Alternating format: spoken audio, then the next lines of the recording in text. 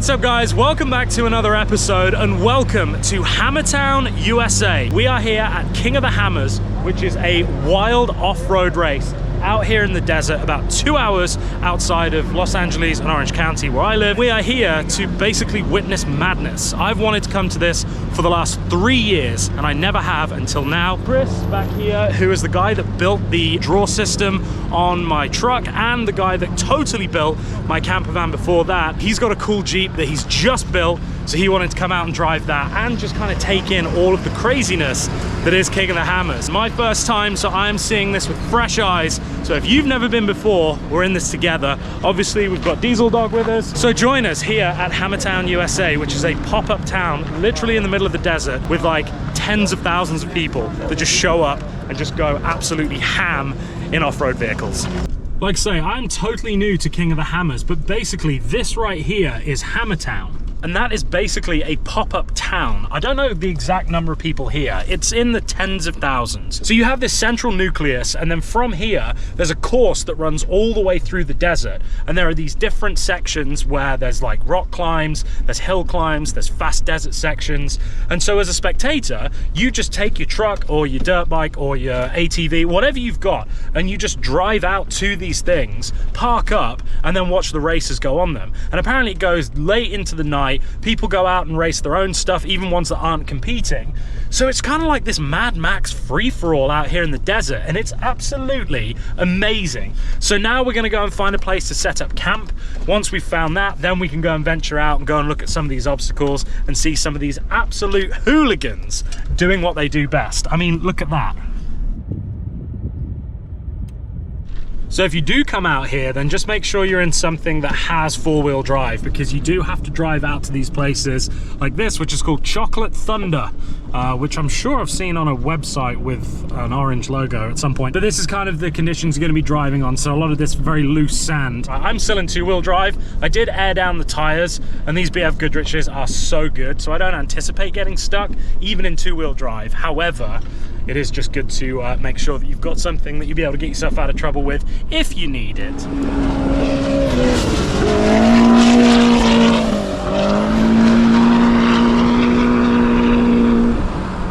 All right, Chocolate Thunder. So what is this? Is like a hill climb? Yeah, basically. Okay. And is it this one or this one? It's right there, yeah. Just here. Very cool. Look at this view though. It looks like a city. So all of this, when King of the Hammers isn't going on, it's just all empty desert. You can come out here and race around, do whatever you want. But look, that is like a full-blown city over there. So I was saying about having something that can do off-road. Well, I got halfway up here and then had to put it into four-wheel drive because I wasn't getting up any further. So I managed to make it up and we're all good. Like I say, airing down the tires makes a huge difference. Also just to how it rides. I wish I could ride with like this little PSI in all the time because it's so comfy. All right, Stinky Boy. You ready to go see some race cars? Good boy.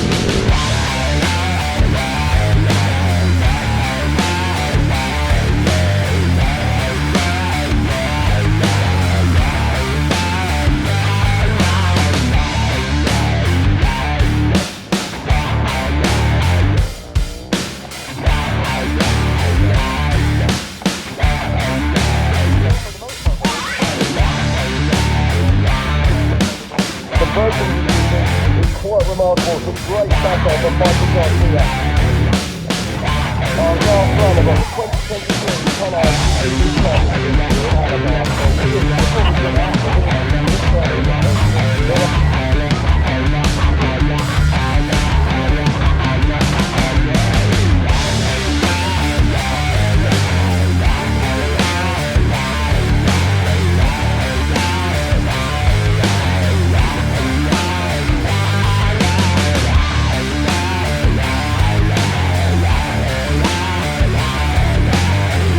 There we go, that is Chocolate Mountain or whatever it's called done. So now I think we're gonna go and set up camp. That was crazy though. I just said to Chris, this is the most fun I've had in a long time. Like, look at that view behind me. Isn't that just incredible? There's all these people out here just cruising. The commentator was like, yeah, some people use this as their actual holiday, like their vacation holiday every year. This is where they come. mean, each their own. I'm glad I only live 2 hours away because it means I can come and do stuff like this. Good boy. So it's not really that hot out here. I mean, I'm wearing a jumper. It's probably, I don't know, 60 degrees with the sun, but then as soon as the wind picks up, it's colder. But I always make sure that I've got plenty of water on deck for Diesel Dog. And I've got this awesome no-spill bowl as well. So it means that the back of the truck stays dry, I think. Yeah, look at that, even coming up that big hill. There's barely any splashes down there. Good boy. Should we go find campsite? So yeah, we'll get out in Chris's Jeep in a little bit, go for a little drive around. He's just finished it. So this actually has an LS motor in it that looks amazing. And then he's got these big old bead locks. So this thing is very capable.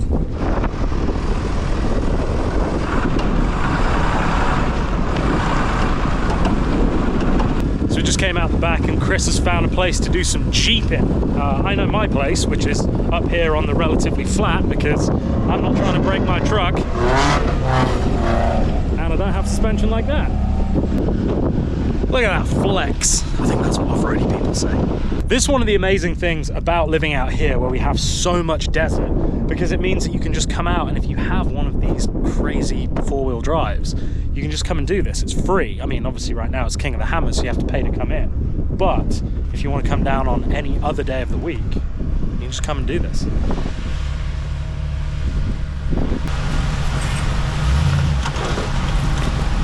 There you go.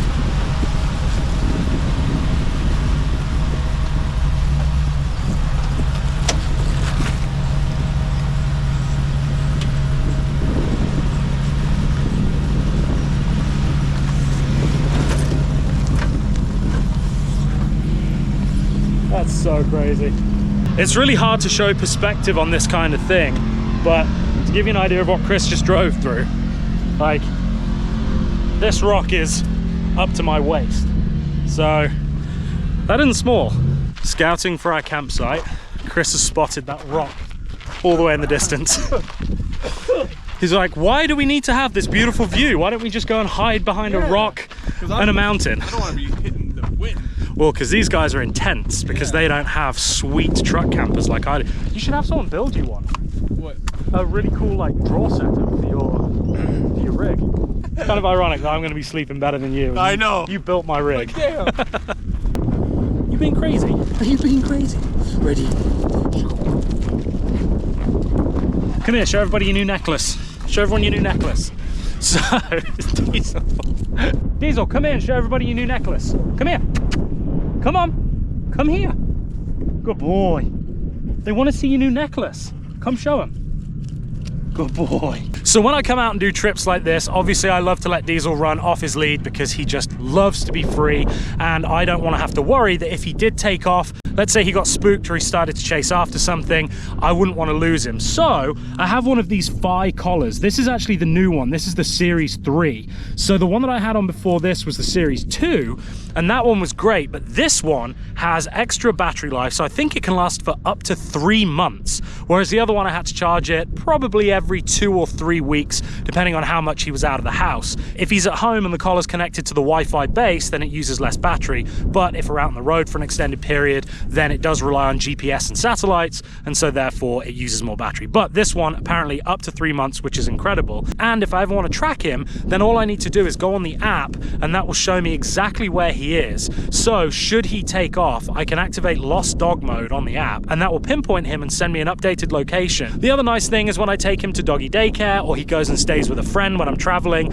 I can monitor where he is, and it will do things like track his steps. So when he goes on a walk, I know how far he's gone, I can see the route he's taken, and there's all sorts of other fun things in the app as well that gamify it. So you've got a leaderboard, so you can see what the other dogs of your breed or other dogs in the area have done stepwise, and you can compete for that first place. So it's just a very cool ecosystem. There's a little social feed in there as well, so it's a lot more than just a tracking collar for your dog. But for me, like I said, when I come and do trips like this, it just gives me that peace of mind that should he ever take off, I'll be able to get him back and I'll know where he is. And it just means that when he does things like this, I don't have to keep my eye on him 100% of the time. He gets his freedom, I get to relax and do amazing things like this. So if you are interested in getting a Phi collar, go and check out the link in the description description below. This portion of the video is sponsored by Fi, but you guys know I will never recommend a product to you that I wouldn't spend my own money on. And his first collar, which was the version 2, I paid for that myself.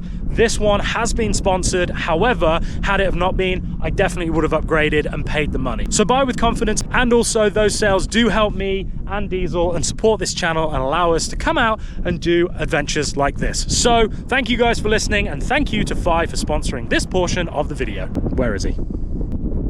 Oh, you're there! Wow, you were just like an apex predator. I didn't even see you. Oh, hello, the boys have got the sarnies out without me. Bit of lunch, is it? All right, a little snacky poo. Oh, don't mind the beers. Look at this, just humming along. I said in the last episode, I've now hooked this up to AC as well as my solar panels. 99%, input 60 watts almost, output 24. So I could literally power this forever. Look at that, quick, easy, delicious. One of those, one of those, one of those. There we go.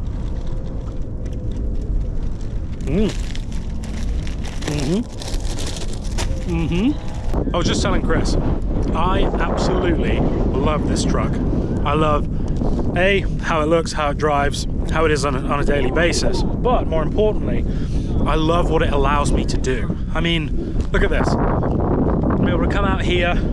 I mean, this isn't exactly a culinary treat, but I have my fridge, have a full kitchen setup. Like, I know if you guys watch this channel, you already know this, and I say it every time I'm in the truck, but it's because I think it every time I'm in the truck.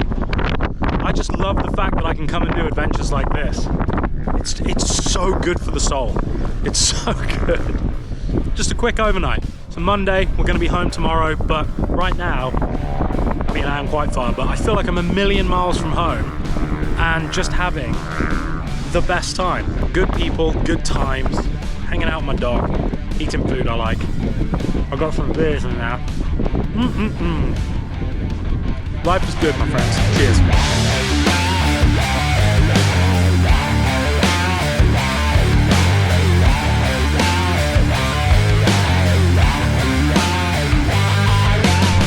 We may have hit our limit. We are in some very soft sand right now, and we're kind of scrabbling out, but we're definitely spinning up a lot. There we go.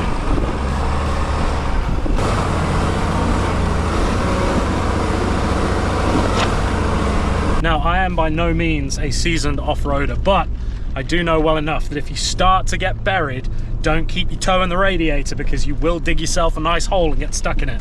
So every time I felt myself getting stuck, I would stop, back up a little bit, and then slowly ease on, try and get over the little bump, and then keep going. And I did it. To be fair, I also could still air down the tires probably a good 15 PSI. I've got 30 in the front and 35-ish in the rear, so I could air all the way down to 15 or 20 no problem on these BF Goodriches, and that would also help give me that wider footprint as the tire smushes out. But I think that's the only soft bit because of these sand dunes here. I think everything else is more gravelly, and so you've got a bit more purchase, but it's just a lot of fun. And I mean, again, just adds that extra level to this truck. This is a stock truck. I mean, I have the Bilstein leveling kit, so I have the Bilstein upgraded fronts. The rears are still standard, and I do have some airbags, like helper spring airbags. So I do have a set of rears to go in as well, and I'd like to see how much difference that makes. But for a bone stock truck, basically, it's not doing a bad job at all.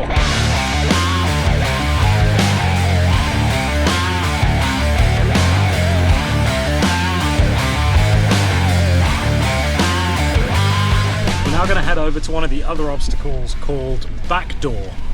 Now, I don't know who named these obstacles here at King of the Hammers, but we've got Chocolate Mountain and Backdoor. Seriously, it feels like the Wild West. This is nuts. We're just out in the desert, just rock crawling around.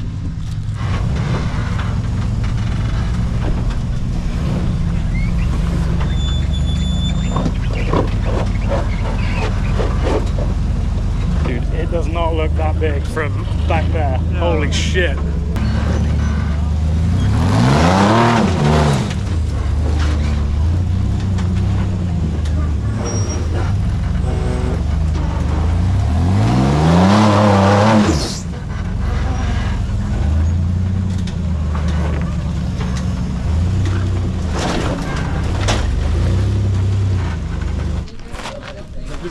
point. Yeah. So up there, that's probably another 5. So yeah, it's probably 11 feet. This is 8. 8, 9, 10. Yeah, it's probably 10, 11 feet. Crazy. I mean, I literally couldn't climb up that, let alone drive up it. You going up? Running up? Up? Yeah. See? Easy. All-wheel drive dog.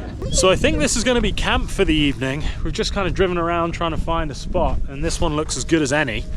We've got the sun setting behind the mountains over there. Hammertown all lit up down there. And then that, I think, is the obstacle we're going to go to later. That's the chocolate teapot or whatever it's called. I'm sleeping in the truck, obviously, so I am already set up. And then these guys have got tents, so they'll have to put those up. But we've got a generator, they've got propane heaters. We're doing it right. We're definitely doing it right. Are you having fun? Huh? You having fun? Yeah, yeah, yeah. Having the best time. We've been acting out for days, nothing to deny. Blown up because it goes through the halls. You keep sleeping on the couch just to prove the point. I'm too proud to tell you when I'm wrong. Arguments spinning in circles, we're fighting for days, stuck in a phase. I think we're losing the reason. One word is all it takes, babe. Bursting out in cold flames, breathing, we are catching fire. Thought that we were wiser, go and light the match, babe. Miss out on the good days, breathing, we are catching fire. Okay, so we are back at, what's this called? The Chocolate Factory? Chocolate Thunder. Chocolate Thunder. And it's nighttime, and apparently this is when it gets really wild. As you can see, everyone is up here, and people are just going nuts on the hill. Oh my God. This is wild.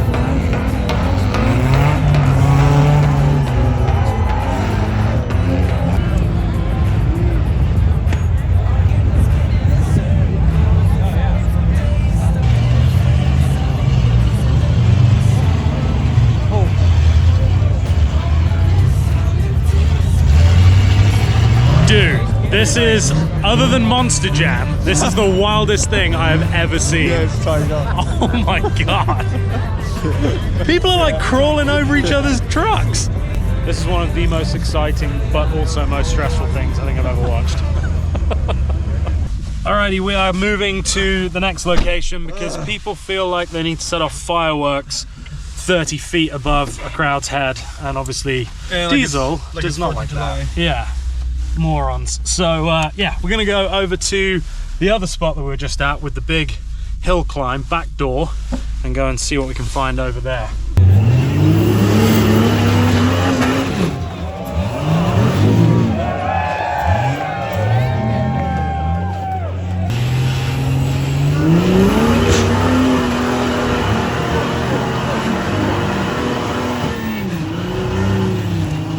Look at this Bluetooth speaker. Yeah, stereo. Yeah, there it is.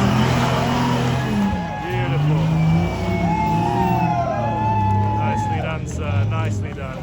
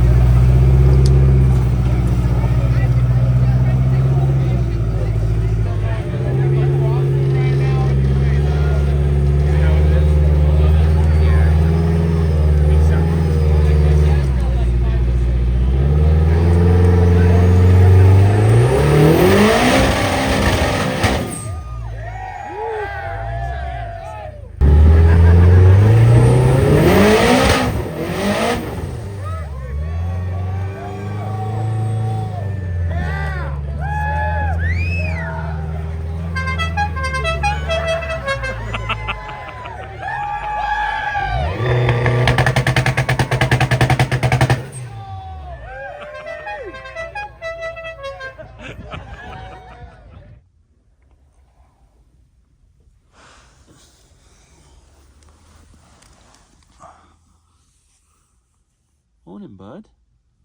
Good morning. Did you have a nice sleep?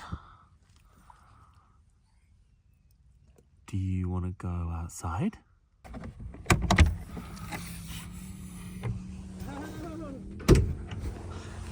Good morning. Morning, cave dwellers. Hey, what's up? How's it going? Freedom! Woohoo! Let's put your collar on. The desert is a weirdly beautiful place. It's very arid, there's not a lot going on, but it is gorgeous. Like this out here, I feel like I'm on the surface of Mars or something. It's just absolutely stunning. And yeah, when I first moved out to California, obviously I moved for the beach, I moved for the sunshine, I moved for that kind of environment. And the first time I went out to the desert, I remember driving to Las Vegas. And I remember just being like, oh, it's so like barren and just inhospitable and hostile almost. And now I actually love it. And not as much as I love the beach or the mountains, but there is something very peaceful about being out in the desert. Now, if it was 120 degrees, it'd be a lot different. Then it's more oppressive. But right now, when it's lovely, I mean, it's probably 50 degrees right now. It is a very calm and beautiful place. The other cool thing about where we are is up there, more snow-capped mountains. They're the same mountains that I went to in my last episode. So that's Big Bear up on the hill. So we are basically the other side of Big Bear. So it is possible in the day to go from the beach up to the snowy mountains, down the other side, and then here to the desert. So you can pretty much hit all three major terrain types in one day. So for next year's King of the Hammers, what I want to do is get a group of people together, rent a big RV or something similar, and then come out here and spend 3 days, 4 days, 5 days over one of the weekends, maybe the main race weekend, and just have an awesome time. This was great, and I love doing the overnight thing, but I wish we could stay longer. Chris has got other commitments, so we got to go back. But like I said, I think next year I want to make a big thing of it, and hopefully see if I can get Can-Am to lend me one of their units, because Can-Am are owned by the same company that owns Sea-Doo, and obviously I'm one of Sea-Doo's brand ambassadors. So it'd be cool if they could lend me a Can-Am for the weekend, or the week, whatever, bring that out here, and then we could have the RV as our base, and then we could just go back and forth in the Can-Am, go and have some fun. Let me know in the comments if you think that'd be a good idea. And let me know in the comments if you have ever been to King of the Hammers and what you think, especially if you came this year. Come on. Good boy. Good boy. Good boy.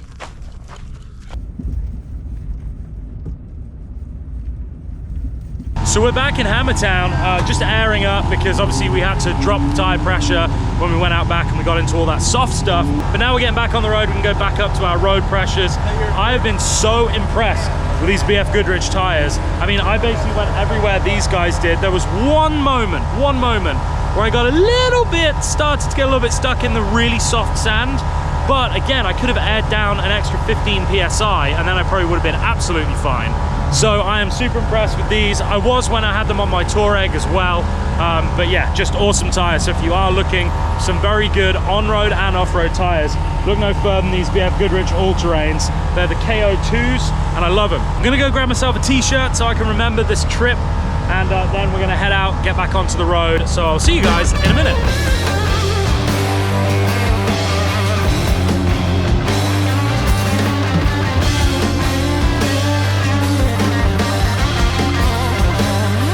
And just like that, we are back in some form of civilization. We're about an hour and a half outside of the desert where we just were. Just stopped off to grab some breakfast because I slept in this morning. I didn't get a chance to make breakfast. The guys were up at 6, I got up at 8, and it was lovely. I did wake up at 6 and looked outside when they woke up, and it was still dark. I was so cozy, Diesel was still asleep, so we stayed in bed till 8 o'clock. So in summary, from someone that has never been to King of the Hammers before to someone that may also have never been to King of the Hammers before, most importantly, it is just an amazing time. If you're into cars, if you're into camping, if you're into trucks, if you're into off-roading, if you're into just having a good time and doing something totally different, it's well worth the visit. Now, it is quite expensive to get in. It's $100 entry, but if you went, let's say you went on Friday of last week, you could stay all the way up until next Sunday for that same $100. We just did an overnight trip, so it was kind of expensive for us, but if you're going to spend a few days there, it works out all right. But it's nice to support But I'm also absolutely fine with supporting events like that because they do such a great job and they're so enjoyable. So I have no issue with paying to get in. Little tips if you've never been before. One, most importantly, take some kind of like face covering, bandana, mask, balaclava, something that covers your nose and mouth. The dust out there is insane. It's like really fine. The truck is absolutely covered in it. So that's something that I would definitely recommend taking. My nose is so jammed up with dust and stuff, and like I'll save you the details, but I need to go flush it out. I've got one of those like nose flushy thingies. Can't wait to use it when I get back and just, yeah, get everything out. I can also feel it sort of on my chest as well. So definitely wear some kind of a face mask when you're watching the events and all that dust's blowing through. Take some suntan lotion as well, because even though it isn't that warm, it's probably 45-ish degrees now, the sun is actually quite strong, and yesterday I definitely caught the sun. I got my classic rosy red cheeks. Pack in all of the water, the food, the supplies, everything that you think you're going to need. Take it with you, because obviously they don't have anything there. And most importantly, when you're done, make sure you pack it all out with you. Don't leave any rubbish behind. Take plenty of bin bags so you can take it all out with you. If you're into off-roading, if you're into trucks, cars, or honestly if you just want to do something totally different, it is so worth checking out, because I've never experienced anything like that before, and I've done a lot of motorsport focused events. So I will definitely be going back next year. Definitely want to do it bigger and better. I want to take a group of people, I want to get a big RV, set up a proper base camp, and really do it well. I had a great time in the truck. The truck was flawless. I honestly love that thing. I mean, I definitely was looking at some of the other ones with the bigger suspension, wheels and tires, and thinking, maybe I could get some of that. But for now, the truck is absolutely wonderful, and I couldn't ask for anything more. Maybe in the future, maybe this time next year, I might want to be able to, you know, mob some of those like bumpy areas a little bit faster, maybe. Who knows, who knows, who knows? Every time I go and see something cool like that, I always come back wanting whatever the thing was. I also want to build a 1200 horsepower methanol powered rock bouncer as well. Am I going to? Probably not, but I leave these events thinking that I will at some point in my life. But anyway, the most pressing thing in my life right now is running the zoomies out of this guy before we get back on the road again. Ready? I don't know what this area is that I found. It's just this big open area with like little trails that run through it. And then there's a shopping center right there. So I'm not sure what it is, but it's perfect for running him about. So yeah, guys, thank you so much for watching. If you're new here, please subscribe, because I'd love to see you here again. If you can, give this video a thumbs up and leave a comment below. That helps with the whole YouTube algorithm thing, because believe me, guys, I have so many fun adventures coming up. You are not gonna want to miss it. So that's gonna wrap this up, guys. Thank you so much for watching. Bye from me, bye from Diesel, and most importantly, remember, until next time, don't do anything I wouldn't do. See ya.